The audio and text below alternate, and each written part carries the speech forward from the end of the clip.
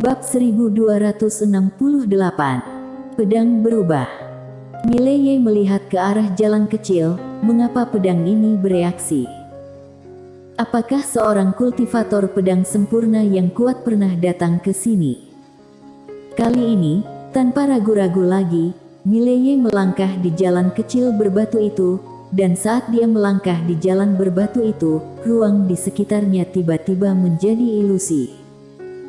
Saat ini, Adelina Ye tiba-tiba berkata, "Hati-hati." Mileye mengangguk, dia berjalan perlahan ke depan, dan saat ini, bayangan yang hancur tiba-tiba muncul di ruang ilusi di sekitar. Mileye mengerutkan kening, dia merasa sangat bingung, dan saat ini, bayangan-bayangan itu tiba-tiba bergerak. Bayangan-bayangan itu tidak menyerang Mileye, melainkan bergerak dengan teratur, seolah sedang menunjukkan sesuatu. Saat ini, Adelina Ye tiba-tiba berkata, "Berhenti." Mileye berhenti. Adelina Ye melihat sekeliling, lalu berkata dengan pelan, "Warisan." Mileye mengerutkan kening, "Warisan." Adelina Ye mengangguk, "Tenangkan pikiranmu, dan lihatlah baik-baik." Mileye mengangguk, matanya perlahan tertutup, dan segera, bayangan-bayangan itu muncul di benaknya. Pada awalnya, Mileye merasa sangat bingung, karena dia sama sekali tidak tahu apa yang ditunjukkan oleh bayangan-bayangan itu. Adelina Ye menatap bayangan-bayangan itu, dan tatapannya perlahan menjadi serius.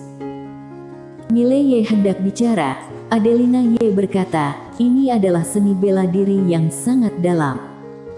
Seni bela diri yang sangat dalam. Saat mendengar kata-kata itu, Mileye mengerjapkan matanya, lalu berkata, "Aku akan meninjaunya lagi."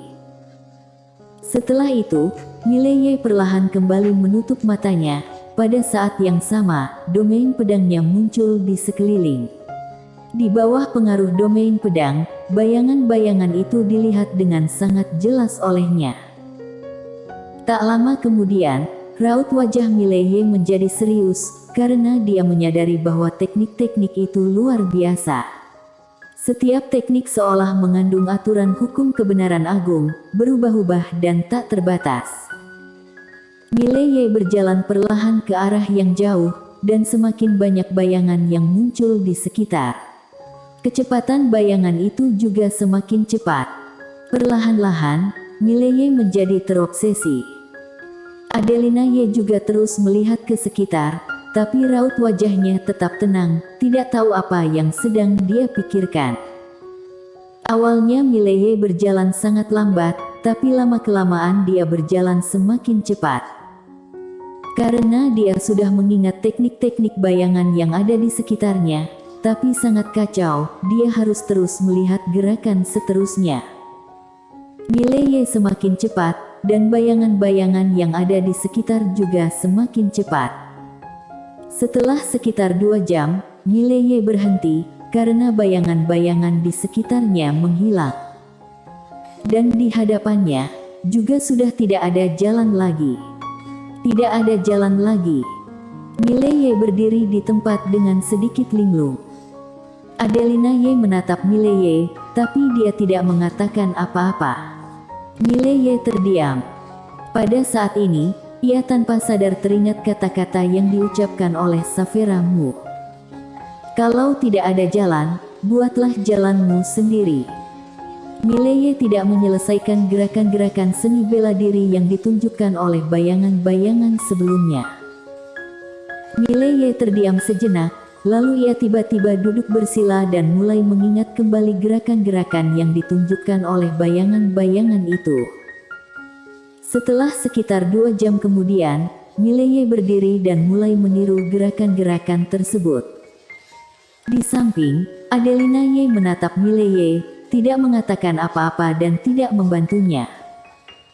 Adelina Ye sudah melihat jelas gerakan-gerakan yang ditunjukkan oleh bayangan-bayangan itu.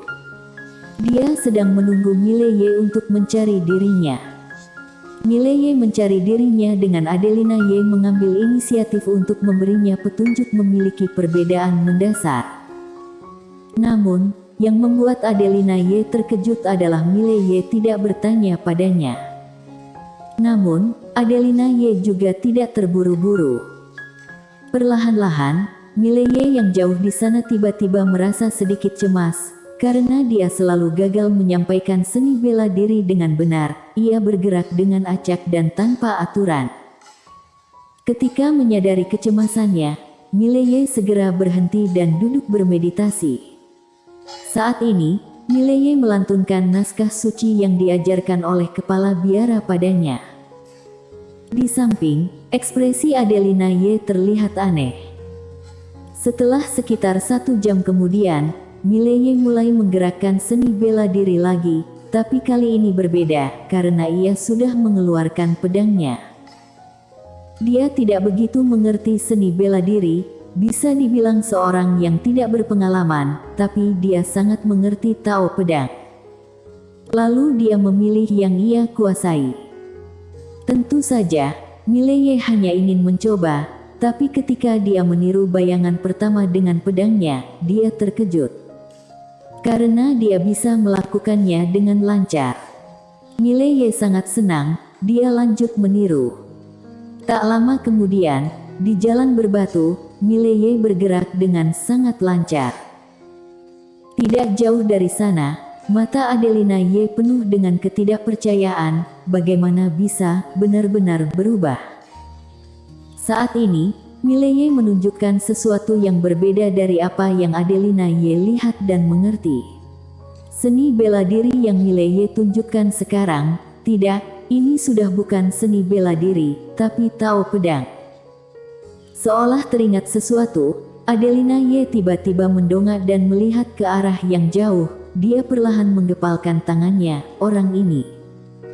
Tak jauh dari sana, Mile Ye bergerak semakin cepat. Perlahan-lahan, bayangan pedang Tao muncul di sekeliling, dan jiwa pedang di sekitar juga semakin meningkat dengan cepat. Tao pedang Mile Ye saat ini sudah melebihi pedang jiwa. Tidak hanya itu, tiba-tiba di depan Mile Ye muncul jalan berbatu lagi. Jalan muncul lagi. Mile Ye berjalan menuju jalan berbatu itu, dan bayangan muncul lagi di kedua sisinya, tapi bayangan-bayangan ini bukan sedang bergerak sendiri, melainkan belajar dari Mile Ye. Di belakang, Adelina Ye mengikutinya dengan perlahan. Kemudian, setelah keduanya berjalan sekitar 1 jam, Mile Ye berhenti lagi, dan bayangan di sekitar sudah menghilang, tapi dia tidak berhenti dan masih terus berlatih. Pada saat ini, yang ada di pikirannya bukanlah seni bela diri yang baru saja dilihatnya, melainkan semua seni bela diri yang pernah dipelajarinya. Termasuk jurus 1 pedang menentukan hidup dan mati yang diajarkan oleh wanita bergaun polos dan jurus tarik pedang yang diajarkan oleh pria berbaju biru. Ketika Mile Ye menunjukkan seni bela diri yang pernah dipelajarinya, bayangan-bayangan itu menghilang begitu saja. Di belakang Mile Ye, Adelina Ye terus menatapnya. Teknik pedang yang ditampilkan oleh Mile Ye, khususnya jurus 1 pedang menentukan hidup dan mati serta jurus teknik menghunus dan menebas langit, sebenarnya bukan hanya teknik pedang biasa, melainkan merupakan sebuah konsep Tao pedang. Mile Ye yang dulu hanya belajar bentuknya, belum belajar esensinya, dan saat ini, Mile Ye tidak hanya belajar bentuknya, tapi juga belajar esensinya. Pada saat ini, Adelina Ye tiba-tiba berbalik, dan di sampingnya tiba-tiba muncul seorang pria paruh baya. Pria paruh baya itu mengenakan jubah ungu, rambut panjangnya tergerai, wajahnya penuh dengan kumis dan jenggot yang kasar. Adelina Ye menarik pandangannya kembali, kamu bukanlah tuan dari tempat ini. Pria paruh baya itu melihat Mile Ye yang berada di kejauhan, wajahnya penuh dengan ekspresi yang kompleks, ternyata begitu. Ternyata begitu. Setelah mengatakan itu, tubuhnya perlahan mulai menjadi ilusi. Dia pernah datang ke tempat ini, tapi berhenti di sini. Dia tidak rela, jadi dia memutuskan untuk menetap di sini, tapi saat ini, ketika dia melihat Mileye, dia tiba-tiba mengerti. Adelina Ye tidak mengatakan apa-apa, ia tahu bahwa pria di sampingnya pasti bukanlah orang biasa. Namun semuanya tidak penting lagi. Ada beberapa rintangan, begitu tidak dapat dilewati, semuanya akan menjadi hal yang tidak penting. Di jalan menuju seni bela diri, banyak supermaster dengan kemampuan luar biasa meninggal, tapi yang berbeda adalah beberapa dari mereka ada yang diingat orang. Namun lebih banyak lagi yang bahkan nama pun tidak pernah dikenal. Pada saat ini, Mileye yang tidak jauh dari sana tiba-tiba berhenti. Ketika dia berhenti, banyak bayangan muncul di sekitar, masing-masing memegang pedang panjang dan melakukan gerakan tao pedang yang berbeda. Gerakan pedang yang berbeda-beda. Mileye membuka matanya, dia melihat ke pedang ether di tangannya, pedang itu bergetar dan mengeluarkan suara pedang. Mileye tersenyum, pedang berubah. Apa tingkatan alam di atas pedang leluasa? Mileye tidak tahu, karena Saphira Mu tidak pernah mengatakannya kepadanya. Namun baginya, sekarang dia sudah menemukan jalan sendiri. Baginya, di atas pedang leluasa adalah pedang berubah. Satu pedang bisa berubah menjadi ribuan. Dan perubahan ini bukan hanya perubahan bentuk, tapi juga perubahan inti. Pada saat ini, dia sudah menemukan jalan yang berbeda dari yang lain di Tao Pedang.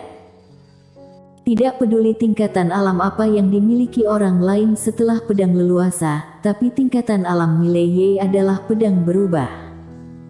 Pada saat ini, jalan Tao Pedang Mileye mengalami perubahan. Sebelumnya, dia hanya bisa mengikuti dan terus belajar, terus meniru dan mengikuti orang lain. Namun sekarang, dia sudah menemukan jalan baru. Setiap langkah yang dia lakukan selanjutnya akan menjadi inovasi. Karena tidak ada yang bisa mengajarinya lagi.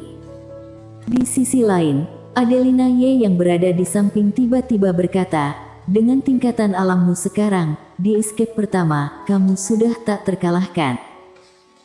Mileye melihat ke Adelina Ye dan tersenyum, bagaimana dengan di atas escape pertama?